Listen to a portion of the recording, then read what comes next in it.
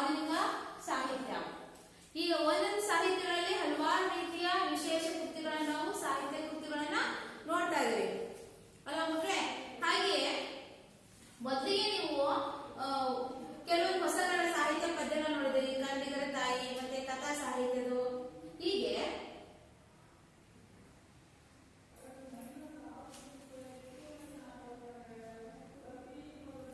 ಹಾಗೆ 12ನೇ ಶತಮಾನವೂ ಸಹ ಒಂದು ಅತ್ಯಮೂಲ್ಯವಾಗಿರುವಂತಹ ಒಂದು ಸಾಹಿತ್ಯ ಪ್ರಕಾರ. ಇಲ್ಲಿ 10ನೇ ಶತಮಾನದಲ್ಲಿ ಮುಖ್ಯವಾಗಿ ಇಲ್ಲಿ ಬಸವಣ್ಣವರು ಬರ್ತಾರೆ, ಅಕ್ಕಮಹಾದೇವಿ, ಅಲ್ಲಮಪ್ರಭು, ಅಮ್ಮಿಗೆ ರಾಯಮ್ಮ, ಹೀಗೆ ಹಲವಾರು ಶಿವಶರಣರು ರಚನೆ ಆಗಿರುವಂತಹ ಒಂದು ಬಂದಂತಹ ಸಾಹಿತ್ಯ ಪ್ರಕಾರ. ಇಲ್ಲಿ ಏನ್ ನೋಡ್ಬೋದಪ್ಪ ಅಂದ್ರೆ ಸಮಾಜದಲ್ಲಿರುವಂತಹ ಒಂದು ಅನೇಕ ಲೋಪದೋಷಗಳನ್ನ ತಿದ್ದಿ ಹೇಳುವಂತಹ ಸಾಹಿತ್ಯ ಪ್ರಕಾರ. ವಚನಗಳು ಮಾತಿನ ಮೂಲಕ ಹೇಳುವಂತಹದ್ದಾಗಿದೆ ಇದು. ಇಲ್ಲಿ ಜನಸಾಮಾನ್ಯನ ಬದುಕು, ಜೀವನ, ಬವಣೆ ಅಂದ್ರೆ ಆತನ ಕಷ್ಟಗಳನ್ನ ತಿಳಿಸುವಂತಹದ್ದು.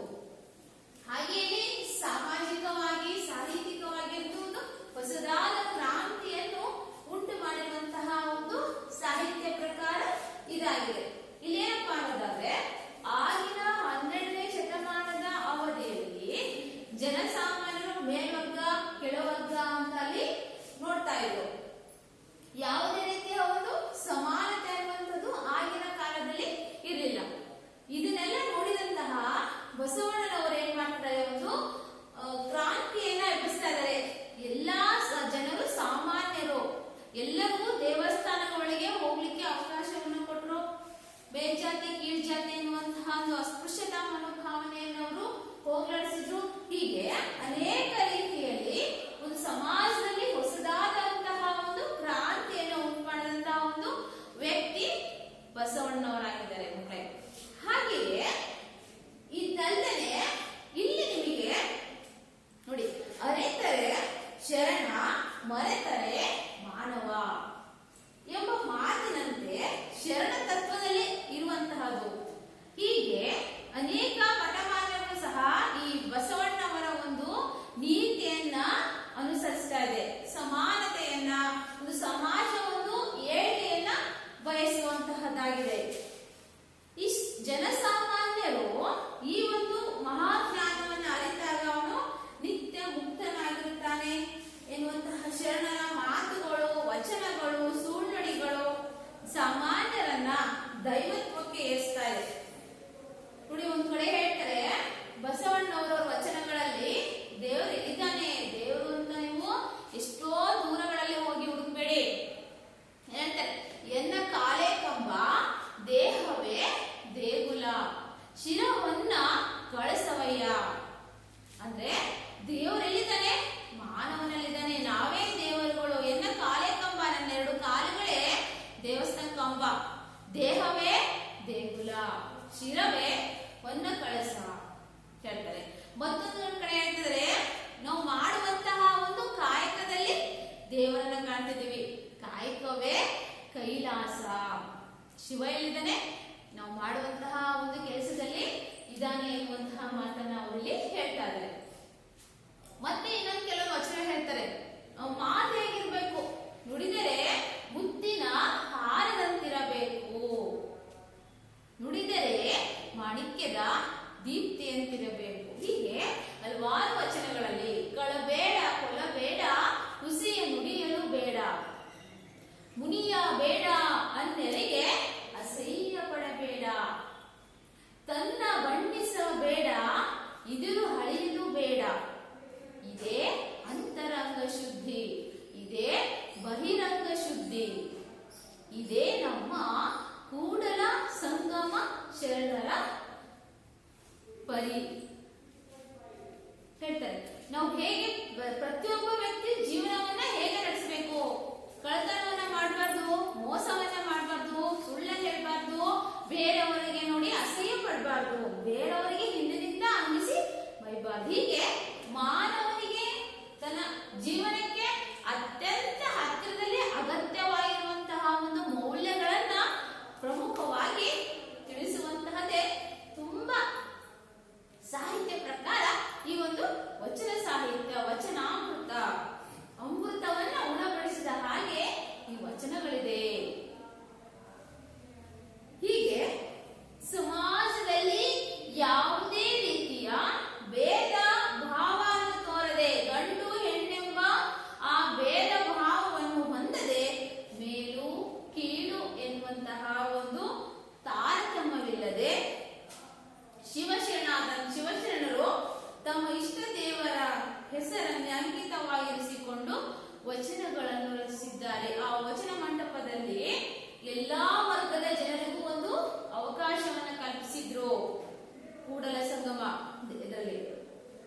ಹೀಗೆ ಇಂತಹ ವಚನಗಳ ಅಮೃತವನ್ನು ಉಳಿಸುವಂತಹ ಒಂದು ಉದ್ದೇಶವೇ ಪ್ರಸ್ತುತ ಈ ವಚನಾಮೃತ ಆಗಿದೆ.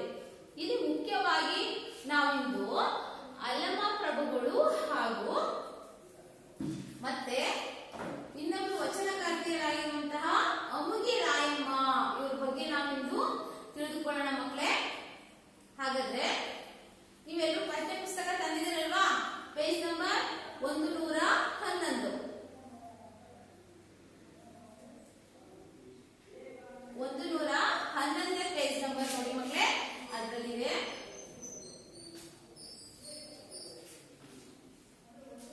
ಹಾಗಾದ್ರೆ ಮಕ್ಕಳೇ, ಈಗ ನಾನು ವಚನವನ್ನ ಓದ್ತಾ ಇದ್ದೀನಿ. ನೀವೇನ್ ಮಾಡ್ಬೇಕು, ಅದನ್ನ ಗಮನವಿಟ್ಟು ಕೇಳಬೇಕು. ಈ ಕವಿ ಪರಿಚಯ ವಚನ ಸಂಬಂಧಪಟ್ಟಂಗೆ ಈ ವಚನಕಾರ ಬಗ್ಗೆನೇ ಒಂದು ಪರಿಚಯ ಪ್ರಶ್ನೆ ಇರುತ್ತೆ. ನಾವಾಗಲೇ ಹೋದ ಕ್ಲಾಸ್ ಹೇಳಿದಾಗೆ 3 ಅಂಕದ ಪ್ರಶ್ನೆ ಬರುತ್ತೆ. Page number 111.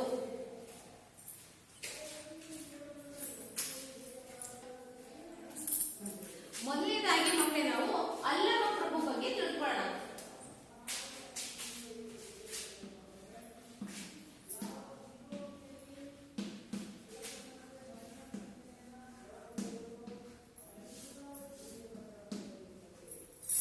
ಅಲ್ಲಮ ಪ್ರಭು ವಚನಕಾರರ ಕುರಿತಾಗಿ ಇಂದು ತಿಳಿದುಕೊಳ್ಳೋಣ.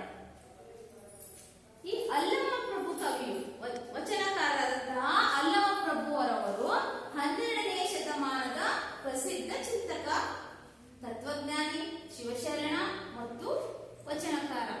ಈತನು ಜನಿಸಿದ್ದು ಶಿವಮೊಗ್ಗ ಜಿಲ್ಲೆಯ ಶಿಕಾರಿಪುರ ತಾಲೂಕಿನ ಬಳ್ಳಿಗಾವಿಯಲ್ಲಿ.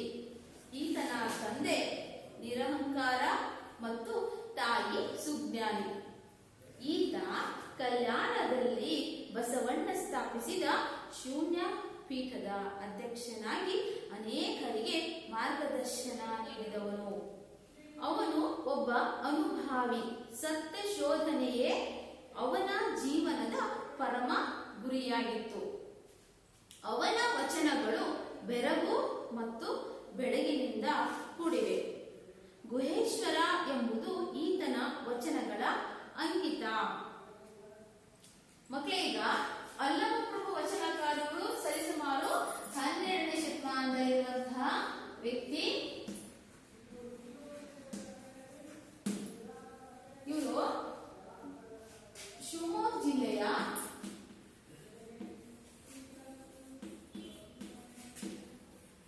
ಜಿಲ್ಲೆಯ ಶಿಕಾರಿಪುರ ತಾಲೂಕಿನ ಬಳ್ಳಿಗಾವಿಯಲ್ಲಿ ಜನಿಸಿದರು. ಇವರ ತಂದೆ ನಿರಹಂಕಾರ.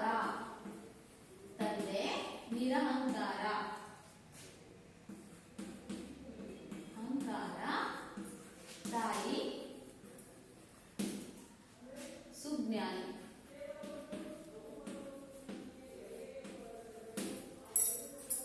ಇವರು ಕಲ್ಯಾಣದಲ್ಲಿ ಬಸವಣ್ಣನವರು ಸ್ಥಾಪಿಸಿರುವಂತಹ ಅನುಭವ ಮಂಟಪದ ಶೂನ್ಯ ಪೀಠದ ಅಧ್ಯಕ್ಷರಾಗಿ ಇವರು ನೇಮಕಗೊಂಡಿದ್ರು. ಇವರು ಒಬ್ಬ ಅನುಭವಿ ಹಾಗೂ ಇವರು ವಚನಗಳ ಒಂದು ವಿಶೇಷತೆಯಿಂದ ಕೂಡಿದ್ದು. ಇವರು ವಚನಗಳ ಅಂಕಿತ ನಾಮ ಗುಹೇಶ್ವರ ಅಂತ ಇಟ್ಕೊಂಡಿದ್ದಾರೆ. ಗುಹೇಶ್ವರ ಅಂತ ಇರುವ ವಚನಗಳ ಅಂಕಿತ ನಾಮ. ಇದರಲ್ಲೇ ಇನ್ನೊಬ್ರು ಬರ್ತಾ ಇದ್ದಾರೆ ಅಮುಗೆ ರಾಯಮ್ಮ. ಇನ್ನೊಬ್ರು ವಚನಗಾರ್ತಿ ಅಮುಗೆ ರಾಯಮ್ಮ.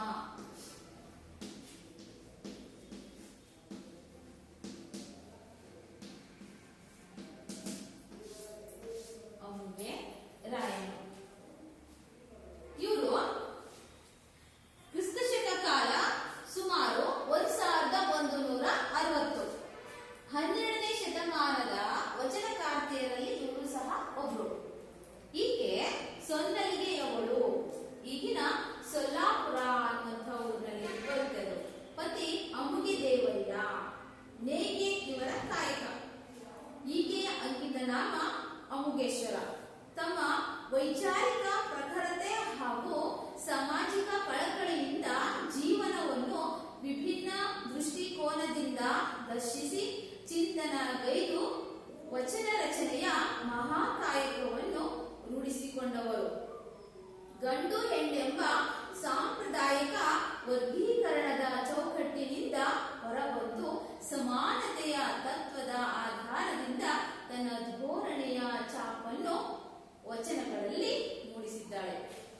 ನೋಡಿ, ಆಗಿನ ಕಾಲದಲ್ಲಿ ಸ್ತ್ರೀಗೆ ಅಡಿಗೆ ಮನೆಯಲ್ಲಿ ಮಾತ್ರ ಆಕೆ ಸೀಮಿತಳು, ಆಕೆ ಅಶಕ್ತಳು ಅನ್ನುವಂತಹದ್ದು ಒಂದು ಒಂದು ನಂಬಿಕೆ ಇತ್ತು ಅಲ್ವಾ.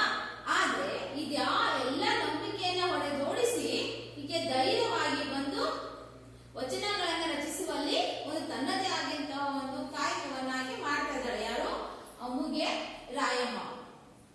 ಈಕೆ ಇವರ ಕಾಲ 1160. ಇವರು ಸಹ 10ನೇ 11ನೇ ಶತಮಾನದಲ್ಲಿದ್ದಂತಹ ಒಬ್ಬ ವಚನಕಾರ್ತಿ. ಇವರು ಸೊನ್ನಲಿಗೆ ಎನ್ನುವಂತಹ ಊರಿನಲ್ಲಿ ಜನಿಸ್ತಾ ಇದ್ದಾರೆ.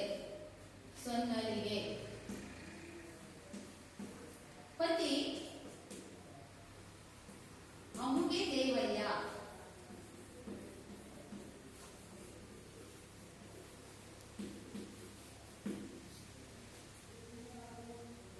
ಇವರ ವಚನಗಳ ಅಂಕಿತ ನಾಮ ಅಮ್ಮುಗೇಶ್ವರ.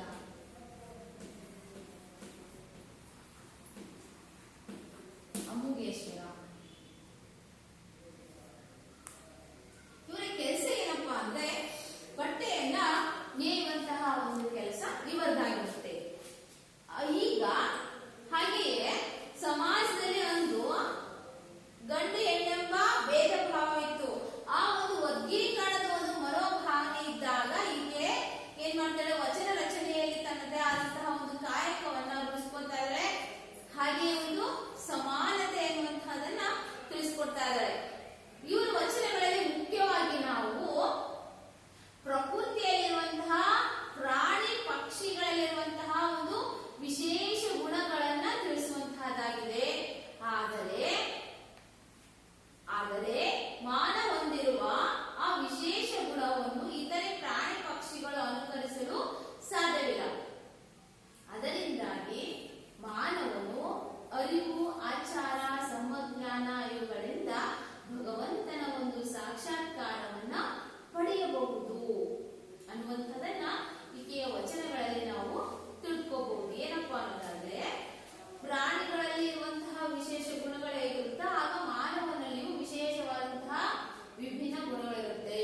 ಹಾಗೆ ಮಾನವ ಒಂದು ಒಳ್ಳೆಯ ಕೆಲಸ ಮಾಡ್ಬೇಕಂದ್ರೆ ಆತನಿಗೆ ಏನಾಗಬೇಕು, ಅರಿವು, ಆಚಾರ, ಉತ್ತಮವಾದಂತಹ ಒಂದು ಜ್ಞಾನ ಇದ್ದಾಗ ಮಾತ್ರ ಅವನು ಭಗವಂತನಲ್ಲಿ ಸಾಕ್ಷಾತ್ಕಾರವನ್ನ ಪಡೆಯಲು ಸಾಧ್ಯ ಆಗುತ್ತೆ ಅನ್ನುವಂಥದ್ದನ್ನ ಅಮ್ಮುಗೆ ರಾಯಮ್ಮ ವಚನಗಳು ನಮಗೆ ತಿಳಿಸ್ತಾ ಇದ್ದಾರೆ. ನೆಕ್ಸ್ಟ್ ಅಲ್ಲಮಪ್ರಭು ವಚನಗಳನ್ನ ನಾವು ಕಣ್ಣಾಡಿಸಿ ನೋಡಿದಾಗ ಏನಿರ್ಬೋದಪ್ಪ ಅನ್ನೋದಾದ್ರೆ, ಇವರು ವಚನಗಳಲ್ಲಿ ತಂದೆ, ತಾಯಿ, ಗುರುಗಳಿಗೆ ಒಂದು ಉನ್ನತವಾದಂತಹ ಒಂದು ಸ್ಥಾನವನ್ನು ಕೊಟ್ಟಿದ್ದಾರೆ. ಏನಪ್ಪಾ ಅಂದ್ರೆ ಮಾತೃದೇವೋಭವ, ಪಿತೃದೇವೋಭವ, ಆಚಾರ ದೇವೋಭವ. ಫಸ್ಟ್ ಜನನಿ ತಾನೇ ಮೊದಲ ಗುರು ಅಂತ ಹೇಳ್ತಿಲ್ವಾ. ಮಾತೃದೇವೋಭವ, ತಾಯಿಯೇ ದೇವರು ಅನ್ನುವಂಥ ಮಾತು ಕೇಳಿದ್ವಲ್ವ ನಾವು. ಹುಟ್ಟುತ್ತಲೇ ನಾವು ಏನ್ ಮಾಡ್ತೀವಿ, ಎಲ್ಲರೂ ಅಮ್ಮ ಅಂತ ಹೇಳಿ ಅಳ್ತಾ ಇದ್ದೇವೆ. ಹಾಗೆ ಆ ತಾಯಿಯ ಸ್ಥಾನ, ಗುರುಗಳು ಇವರ ಒಂದು ದೈವದ ಸ್ಥಾನ, ಅಂದ್ರೆ ಇವರೆಲ್ಲರೂ ದೇವರಿದ್ದ ಹಾಗೆ. ಇಂತಹ ಒಂದು ಸ್ಥಾನವನ್ನ ನಾವು ಕೊಡ್ಬೇಕು. ಇಂತಹ ಒಂದು ಸಂಸ್ಕಾರ, ಸಂಸ್ಕೃತಿ ನಮ್ಮಲ್ಲಿ ಇರ್ಬೇಕು ಅನ್ನುವಂತಹದನ್ನ ಇವರು ವಚನಗಳಲ್ಲಿ ಹೇಳ್ತಾರೆ. ಮತ್ತೆ ಏನ್ ಹೇಳ್ಬೋದು ಅಂತ ಈ ಗುರುಗಳು, ವಿದ್ಯೆಯನ್ನ ಕಲಿಸಿದಂತಹ ಗುರುಗಳ ಒಂದು ಸ್ಥಾನ ಪವಿತ್ರವಾದದ್ದು. ಸೃಷ್ಟಿ, ಸ್ಥಿತಿ, ಲಯಕಾರಕರಾದ ಆ ಬ್ರಹ್ಮ, ವಿಷ್ಣು, ಮಹೇಶ್ವರದ ಸ್ಥಾನವನ್ನ ನೀಡಿ ಗೌರವಿಸಲಾಗಿದೆ. ನೋಡಿ, ಆ ಗುರುವಿಗೆ ವಿದ್ಯೆಯನ್ನ ಕಲಿಸುವಂತಹ ಗುರುಗಳಿಗೆ ಒಂದು ಸೃಷ್ಟಿಯನ್ನ ತಯಾರು ಮಾಡುವಂತಹ ಬ್ರಹ್ಮ, ವಿಷ್ಣು, ಮಹೇಶ್ವರ ದೇವತೆಗಳ ಒಂದು ಸ್ಥಾನವನ್ನ, ಸಮಾನವಾದಂತಹ ಒಂದು ಸ್ಥಾನವನ್ನ ಇವರು ಕೊಡ್ತಾ ಇದ್ದಾರೆ. ಏಕೆಂದರೆ ಒಬ್ಬ ಶಿಷ್ಯ ನೋಡಿ, ಇಂದಿನ ಪ್ರಜೆಗಳೇ, ಇಂದಿನ ಮಕ್ಕಳೇ ನಾಳಿನ ಪ್ರಜೆಗಳು ಅನ್ನುವಂತಹ ಮಾತಿನಂತೆ ಈಗಿನ ಮಗು ಮುಂದೆ ದೇಶವನ್ನು ಆಡಬಹುದು. ಯಾರಿಂದ? ಒಬ್ಬ ಶಿಕ್ಷಕ ತಯಾರು ಮಾಡಿದಂತಹ ವಿದ್ಯೆ, ಕಲಿಸಿದಂತಹ ಒಂದು ಸಂಸ್ಕಾರದಿಂದ ಅಲ್ವಾ. ಹೀಗೆ ಆ ಶಿಕ್ಷಕರು, ಗುರುಗಳು ನೀಡಿದಂತಹ ಆ ಒಂದು ಸಂಸ್ಕಾರ, ವಿದ್ಯೆ, ವಿನಯ, ಈ ಬದುಕುವ ಒಂದು ದಾರಿಯನ್ನ ಕಲಿಸುವಂತಹದ್ದು ಗುರುಗಳು. ಹೀಗೆ ಪರಿವರ್ತನೆ ಎನ್ನುವಂತಹ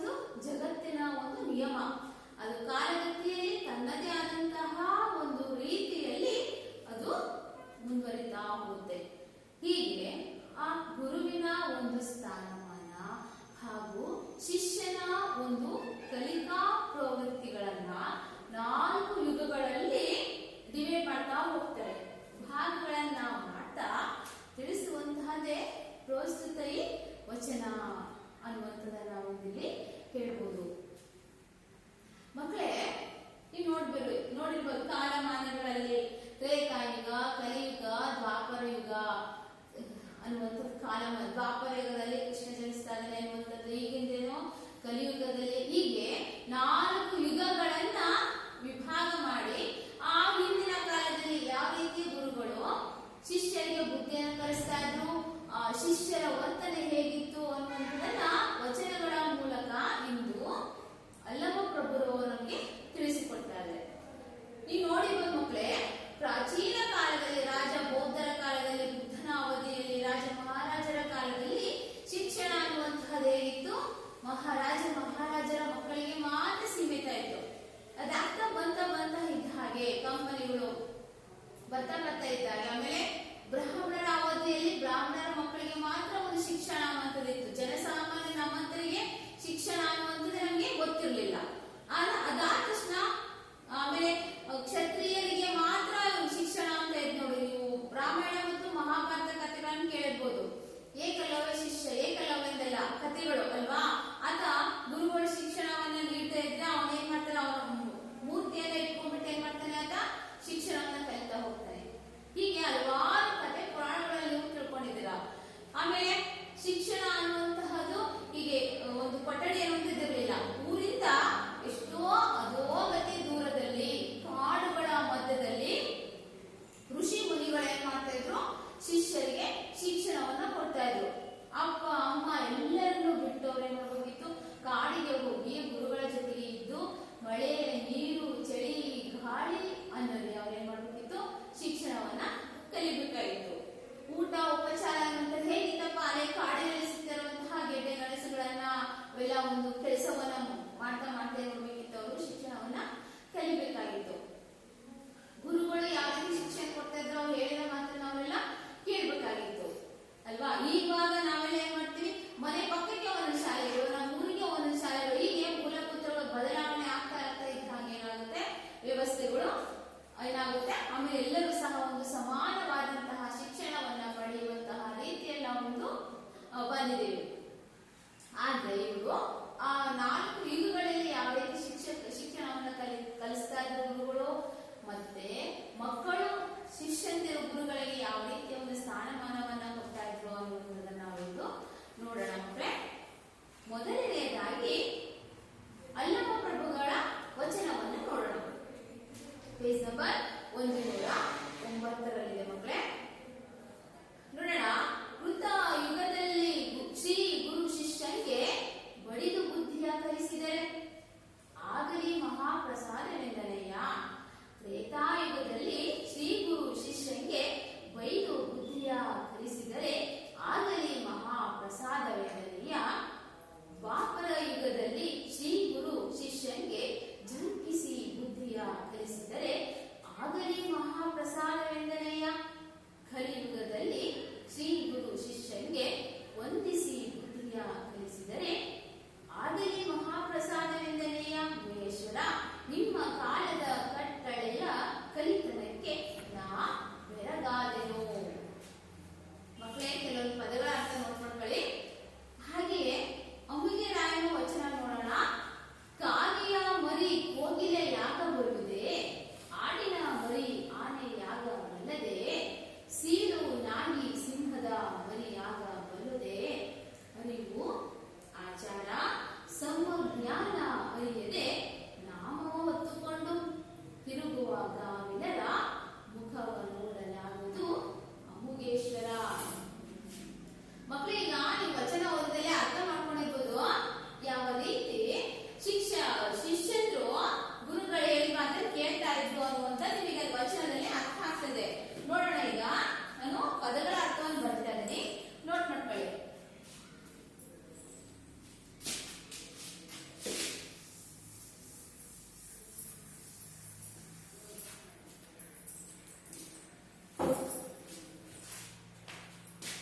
ಬಡಿದು. ಈಗ ಇದು ಅಲ್ಲಂಕೃ ವಚನ ಇದೆ ಅಲ್ವಾ, ಅದ್ರಲ್ಲಿ ಬರುವಂತ ಪದಗಳ ಅರ್ಥ. ಬಡಿದು ಅಂದ್ರೆ ಹೊಡೆದು.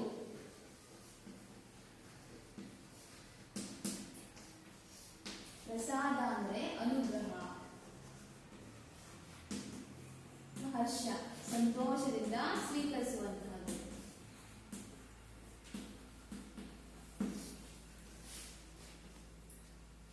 ಎಷ್ಟು ಜಂಪಿಸು ಅಂದ್ರೆ ಗದರಿಸು.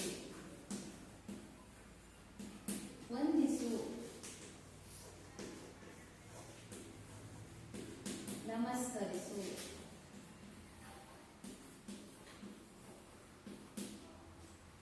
ಬೆರಗು, ಆಶ್ಚರ್ಯ.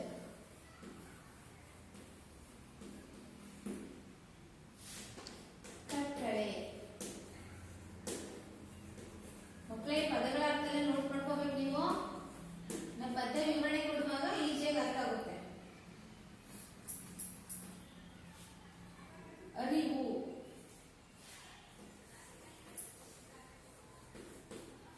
ತಿಳುವಳಿಕೆ.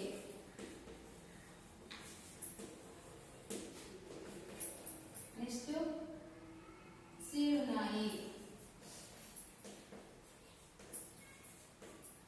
ಕಾಡುನಾಯಿ.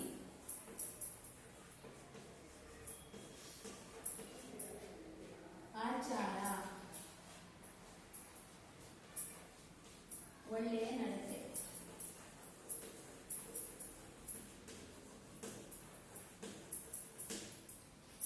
ನಾಮ ಅಂದ್ರೆ ಹೆಸರು.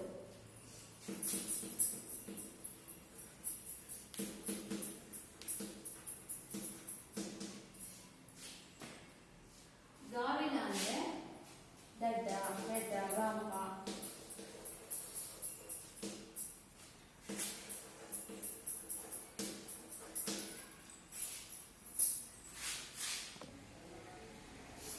ಮಕ್ಕಳೇ ಪದಗಳ ಅರ್ಥ ನೋಡ್ಕೊಂಡ್ರಲ್ವಾ? ಈಗ ನೋಡೋಣ ಒಂದನೇ ವಚನದಲ್ಲಿ ಏನ್ ಹೇಳ್ತಿದ್ದಾರೆ ಹಲವು ಪ್ರಭುಗಳು ಅಂತ ನೋಡೋಣ. ಈ ಕಾಲಗಳನ್ನ 4 ಪ್ರಕಾರ ಮಾಡ್ತಾ ಇದ್ದಾರೆ. ಒಂದೊಂದು ಯುಗದಲ್ಲಿ ಯಾವ ರೀತಿ ಶಿಕ್ಷಣ ಅನ್ನುವಂಥದ್ದಿತ್ತು ಅನ್ನುವಂತ ಹೇಳ್ತಾರೆ. ನೋಡೋಣ, ಒಂದನೇ ಯುಗ ಯಾವುದು? ಕೃತಯುಗ. ಮಕ್ಕಳೇ ಒಂದನೇ ಯುಗ ಯಾವ್ದಪ್ಪ? ಕೃತಯುಗ.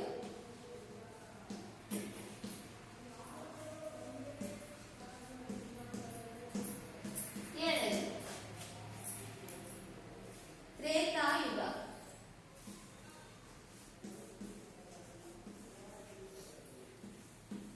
ನೆಕ್ಸ್ಟ್ ದ್ವಾಪರ ಯುಗ.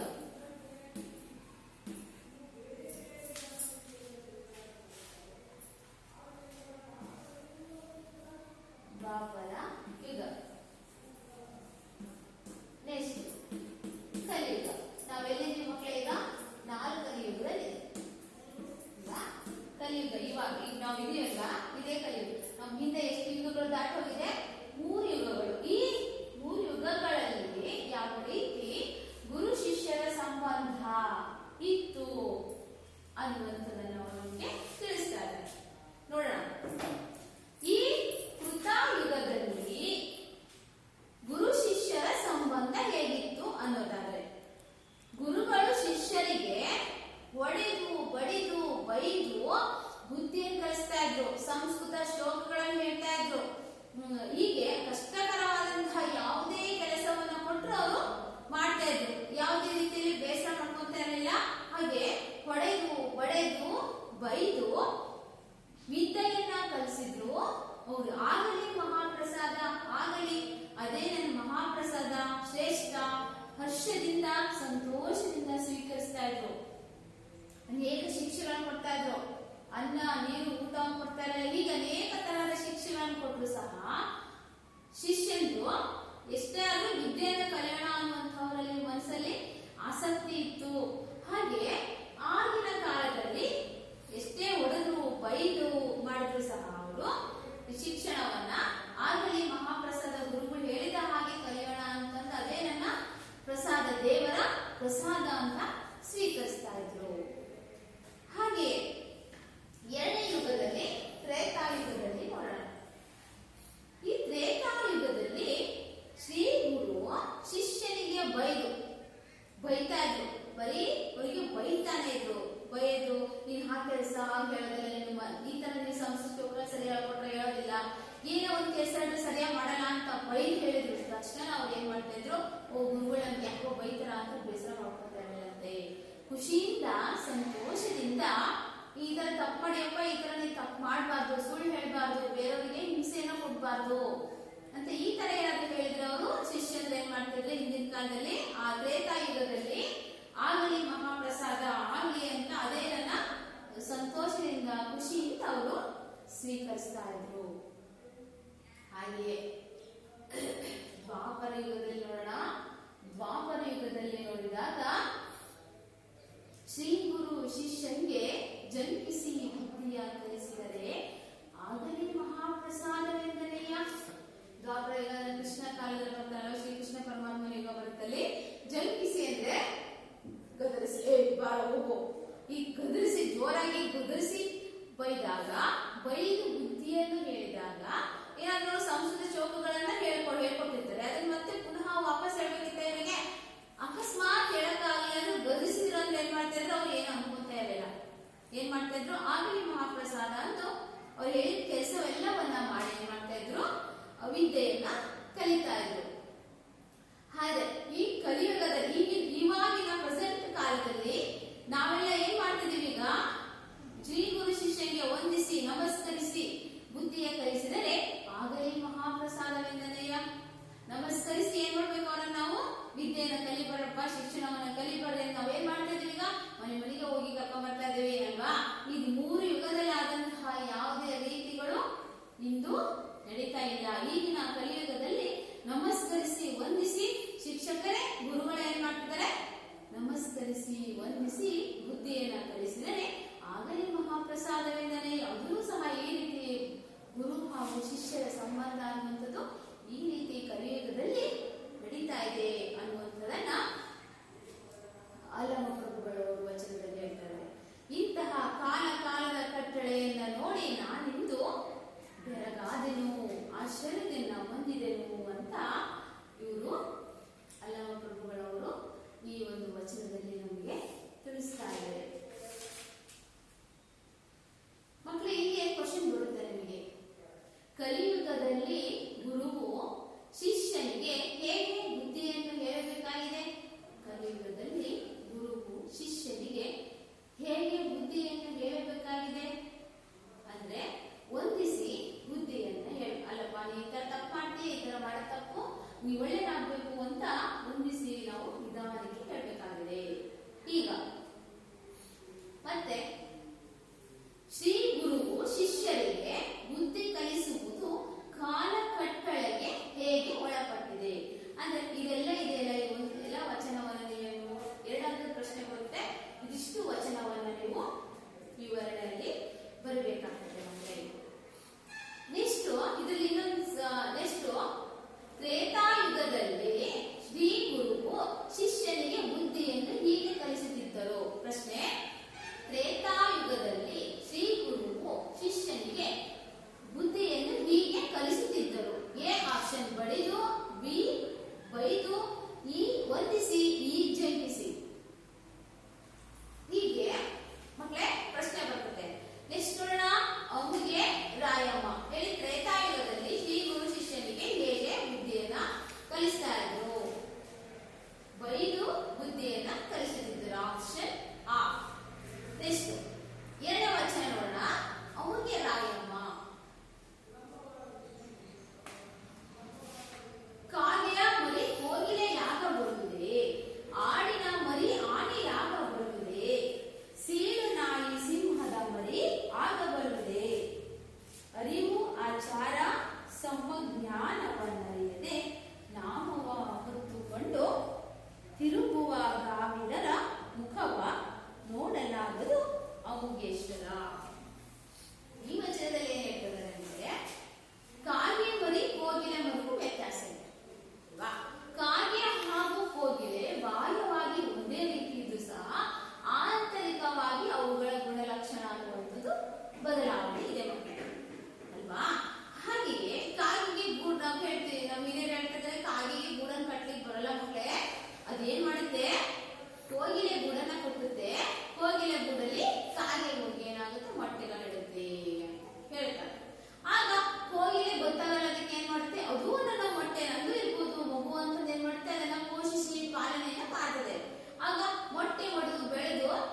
ಅದು ರೆಕ್ಕೆ ಬಂದು ಹಾರುವಾಗ ಕಾಗೆ ತರ ಕೂಗುತ್ತೆ ಅಲ್ವಾ, ಆಗ ಗೊತ್ತಾಯ್ತು ನಾನು ಎಂತವನು ಗಂಡ ಅಂತ ಅಲ್ವಾ.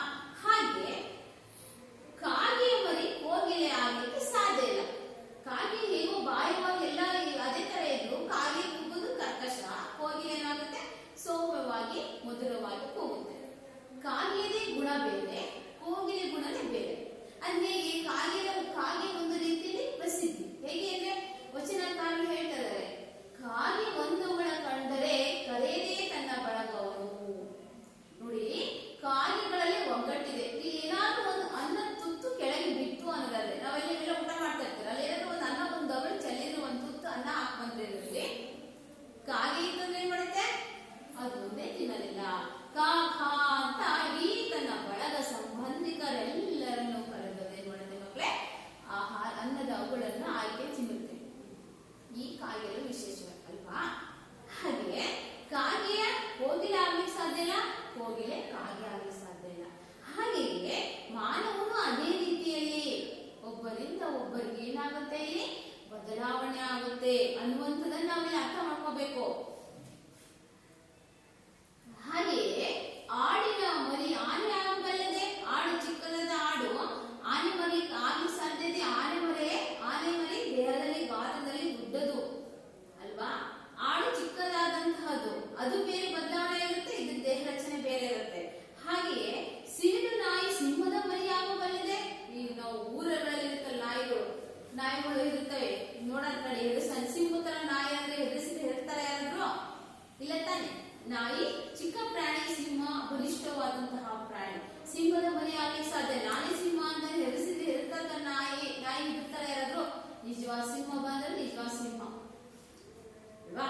ಆದ್ರಿಂದ ಸಿಂಹನೇ ಬೇರೆ, ನಾಯಿನೇ ಬೇರೆ, ಅವುಗಳ ಒಂದು ಆಂತರಿಕ ಗುಣ ಬೇರೆ ಬೇರೆ. ಹಾಗೆಯೇ ಮಾನವನಾದವನು ಫಸ್ಟ್ ನಾವೇನ್ ಮಾಡ್ಬೇಕು, ಅವುಗಳ ಒಂದು ಗುಣಗಳ ಬಗ್ಗೆ ತಿಳ್ಕೋಬೇಕು.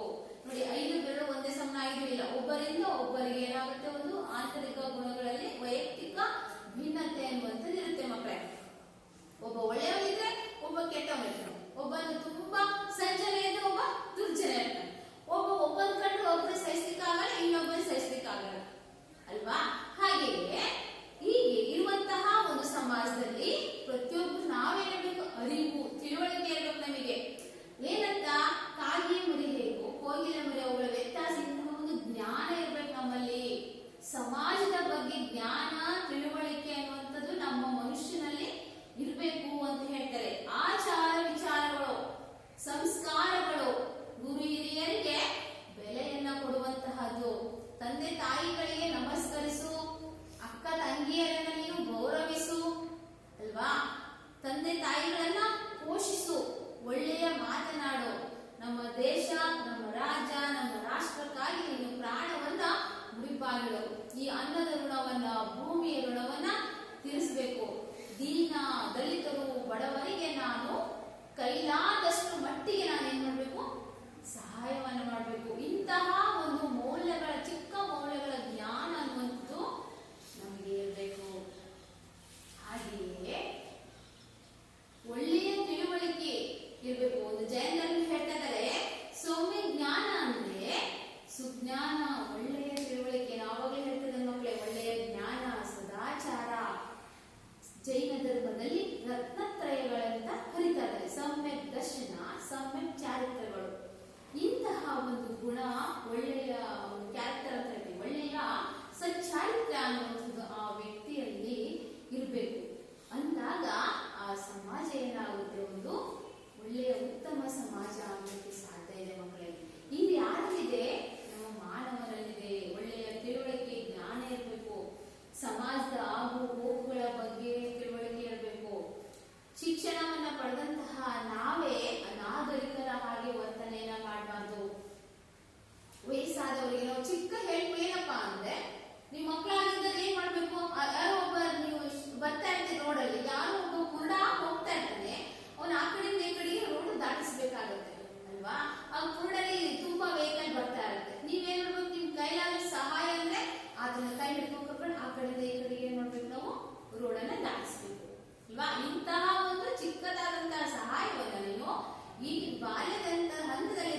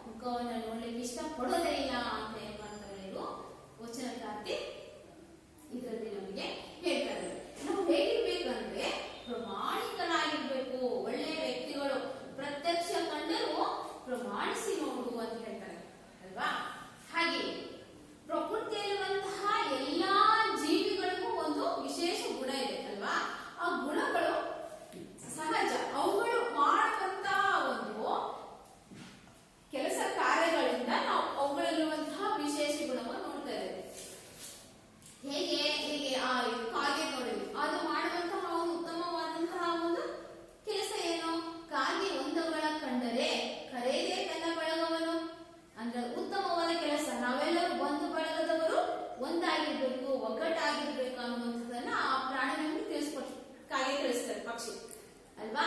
ಹಾಗೆಯೇ ಮಾನವನಾದವನು ಸಹ ಏನ್ ಮಾಡ್ಬೇಕು, ಆ ಕಾಗೆ ಪಕ್ಷಿ ಹೇಳಿದಂತಹ ಒಂದು ಮೌಲ್ಯವನ್ನ ಅರ್ಥ ಮಾಡ್ಕೋಬೇಕು. ಹೇಗೆ ನಾವು ನಮ್ಮ ತಂದೆ ತಾಯಿ ಒಂದು ಬಳಗ ಅಂತ ನಾವೆಲ್ಲರೂ ಒಗ್ಗೂಡಿರ್ಬೇಕು, ಒಗ್ಗಟ್ಟಿನಲ್ಲಿ ಬಲವಿದೆ. ಹಾಗೆಯೇ ಯಾವುದೇ ಜಾತಿ ಮತ ಮೇಲು ಕೀಳೆಂಬ ಭೇದ ಭಾವವನ್ನ ನಾವು ಹೊಂದಬಾರದು, ನಾವೆಲ್ಲರೂ ಒಂದೇ ಅನ್ನುವಂತಹ ಒಂದು ಮನೋಭಾವನೆಯನ್ನ ನಾವು ಇಟ್ಕೊಂಡಾಗ ಏನಾಗುತ್ತೆ, ಸಮಾಜ ಅನ್ನುವಂಥದ್ದು ಒಂದು ಸುಸಕ್ಷಿತ ಸಮಾಜ ಆಗಿ ಮಾರ್ಪಡಲಿಕ್ಕೆ ಸಾಧ್ಯ ಆಗುತ್ತೆ. ಹೀಗೆ ನಾವು ಉತ್ತಮವಾದಂತಹ ಒಂದು ನಡತೆ ಏನಪ್ಪ ಅಂದ್ರೆ ಒಳ್ಳೆ ನಡತೆ, ನೋಡಪ್ಪ ಆ ವ್ಯಕ್ತಿ ಇದನ್ನ ಒಂದು ಒಳ್ಳೆ ನಡತೆ ಇದೆ, ಎಂತಹ ಒಂದು ಕ್ಯಾರೆಕ್ಟರ್ ಇದೆ, ಒಳ್ಳೆಯ ವ್ಯಕ್ತಿ ಇದನ್ನೇ ಅಂತ ಸಮಾಜನ ಗುರುತಿಸ್ಬೇಕು. ಹೀಗೆ ಒಂದು ತಂದೆ ತಾಯಿನ ಎಷ್ಟು ಚೆನ್ನಾಗಿ ನೋಡ್ಕೊಂತಾನೆ, ಅಕ್ಕ ತಂಗಿಯನ್ನ ಎಷ್ಟು ಚೆನ್ನಾಗಿ ನೋಡ್ಕೊಂತಾನೆ, ಅವನು ಎಂತ ಒಳ್ಳೆ ಯಾವುದೇ ಕೆಟ್ಟ ಅಭ್ಯಾಸ ಇಲ್ಲ, ಅವನು ಎಷ್ಟೋ ಬಡವರಿಗೆ ದೀನ ದಲಿತರಿಗೆ ಆ ವ್ಯಕ್ತಿ ಸಹಾಯ ಮಾಡ್ತಾ ಇದ್ದಾನೆ, ಅವನ ನೋಡಿ 10 ಜನ ಕಲಿಬೇಕು ಅನ್ನುವಂತಹ ಒಂದು ಭಾವನೆ ಸಮಾಜದಲ್ಲಿ ನಿಮ್ಮನ್ನು ನೋಡಿದಾಗ ಬರುತ್ತೆ. ಮಕ್ಕಳಿಗೆ ನಿಮ್ಗೆ ಗೊತ್ತಿರುತ್ತೆ, ನಿಮ್ಮ ಮನೆ ನಿಮ್ಮ ಊರಲ್ಲಿ ದೊಡ್ಡ ದೊಡ್ಡ ವ್ಯಕ್ತಿಗಳು ನೋಡ್ತೀರಿ, ನಿಮ್ಮ ಮನೇಲಿ ಅವ್ರ ಬಗ್ಗೆ ಹೊಗಳುತ್ತಾ ಅಂತ ಹೇಳ್ತಾ ಇರ್ತಾರೆ, ಯಾಕೆ ಅವ್ರು ಒಳ್ಳೆ ವ್ಯಕ್ತಿ ಇದ್ದಾರೆ ಅಂತ. ನೀವು ಆ ರೀತಿ ಆಗ್ಬೇಕು ಅನ್ನುವಂಥದ್ದು ತಂದೆ ತಾಯಿಗಳ ಆಸೆ ಇರುತ್ತೆ. ನೀವು ದೊಡ್ಡ ಡಾಕ್ಟರ್ ಇಂಜಿನಿಯರ್ ಆಗದಿದ್ರೆ ಪರವಾಗಿಲ್ಲ, ಒಂದು ಸಮಾಜಕ್ಕೆ ಒಳ್ಳೆಯ ಮಾದರಿ ವ್ಯಕ್ತಿ ಆಗಬೇಕು ಅಲ್ವಾ. ತಂದೆ ತಾಯಿಗಳನ್ನ ಚೆನ್ನಾಗಿ ನೋಡ್ಕೋಬೇಕು, ಪೋಷಿಸಬೇಕು ಅನ್ನುವಂಥದ್ದೇ ಮುಖ್ಯ. ಹೀಗೆ ಈ 2 ವಚನಗಳಲ್ಲಿ ನಾವು ಮುಖ್ಯವಾಗಿ 4 ಯುಗಗಳಲ್ಲಿ ಗುರು ಹಾಗೂ ಶಿಷ್ಯನ ಸ್ಥಾನಮಾನ ಹೇಗಿತ್ತು ಅನ್ನುವಂಥದ್ದು ತಿಳ್ಕೊಂಡಿಲ್ವಾ. ಹಾಗೆಯೇ ಹೀಗೆ ಕಾಲಮಾನಗಳು ಬದಲಾದ ಹಾಗೆ ಸಮಾಜ ಶಿಕ್ಷಣ ವ್ಯವಸ್ಥೆಯು ಸಹ ಬದಲಾವಣೆ ಹೋಗುತ್ತೆ, ಮೂಲಭೂತ ಸೌಲಭ್ಯಗಳು ಸಹ ಬದಲಾವಣೆ ಆಗ್ತಾ ಹೋದಾಗೆ ಗುರು ಹಾಗೂ ಶಿಷ್ಯರ ಸಂಬಂಧ ಅನ್ನುವಂಥದ್ದು ತುಂಬಾನೇ ಬದಲಾವಣೆ ಆಗಿದೆ ಅಲ್ವಾ. ಈಗ ನೋಡಿ, ಮಕ್ಕಳಲ್ಲಿ ಶಿಕ್ಷಣ ಅನ್ನುವಂಥದ್ದು ಏನಾಗಿದೆ, ಸುಮ್ಮನೆ ಕಲಿಯುಗ ಬರಿಬೇಕ ಅಂತಿಲ್ಲ, ಆದ್ರೆ ಶಿಕ್ಷಣ ಅನ್ನುವಂಥದ್ದು ಆ ಮಗುವಿನ ಸರ್ವತೋಮುಖ ಅಭಿವೃದ್ಧಿಗಾಗಿ ಇರ್ಬೇಕೆ ಹೊರತಾಗಿ ಅದು ಅಂಕಗಳ ಪಡೆಯುವುದಕ್ಕಾಗಿ ಅಲ್ಲ ಅನ್ನುವಂಥದ್ದನ್ನ ಮಕ್ಕಳೇ ನಾವಿಂದು ತಿಳ್ಕೋಬೇಕಾಗಿದೆ ಅಲ್ವಾ. ಈ ಮಗು ಶಿಕ್ಷಣವನ್ನ ಪಡೆದ್ರೆ ಇಡೀ ಸಮಾಜ ಅನ್ನುವಂಥದ್ದು, ದೇಶದ ಸಮಾಜ ಅನ್ನುವಂಥದ್ದು ಪರಿವರ್ತನೆ ಆಗಲಿಕ್ಕೆ ಸಾಧ್ಯ ಇದೆ. ಮಕ್ಕಳು ಈಗ ನಾವು ನೋಡೋಣ, ಹೋಮ್ವರ್ಕ್ ಅನ್ನು ಕೊಡ್ತೀನಿ, ಗೃಹ ಪಾಠವನ್ನ ಬರ್ಕೊಳ್ಳಿ. ಅರಿವು, ಒಂದೇ ಪ್ರಶ್ನೆ, ಅರಿವು, ಆಚಾರ, ಸಮಜ್ಞಾನದ ಬಗ್ಗೆ ಅಮುಗಿ ರಾಯಮ್ಮನ ಅನಿಸಿಕೆ ಏನು? ಅಮುಗೆ ಅರಿವು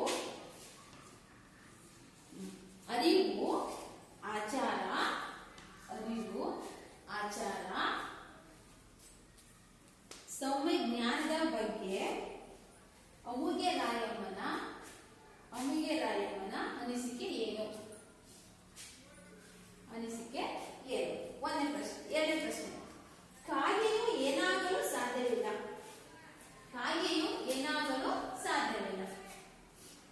ಕೋಗಿಲೆಯಾಗಲು ಸಾಧ್ಯವಿಲ್ಲ. ನೆಕ್ಸ್ಟ್ ಕ್ವಶನ್, ಯಾರ ಮುಖವನ್ನು ನೋಡಲಾಗದು?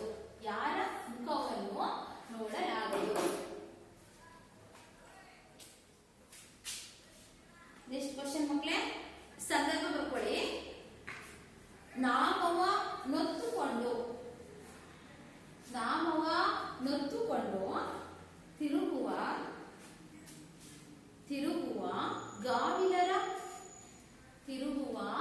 ಗಾವಿಲರ ಮುಖವ ನೋಡಲಾಗದು. ತಿರುಗುವ ಗಾವಿಲರ ಮುಖವ ನೋಡಲಾಗದು. ಇದಾದ ಸಂದರ್ಭ. ನೆಕ್ಸ್ಟ್,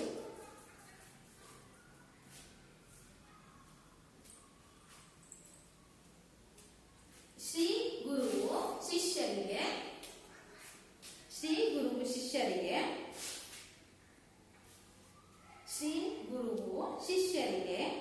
ಬುದ್ಧಿ ಕಲಿಸುವುದು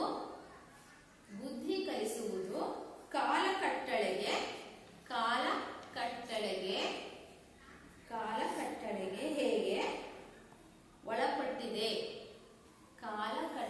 ಹೇಗೆ ಒಳಪಟ್ಟಿದೆ ವಿವರಿಸಿ.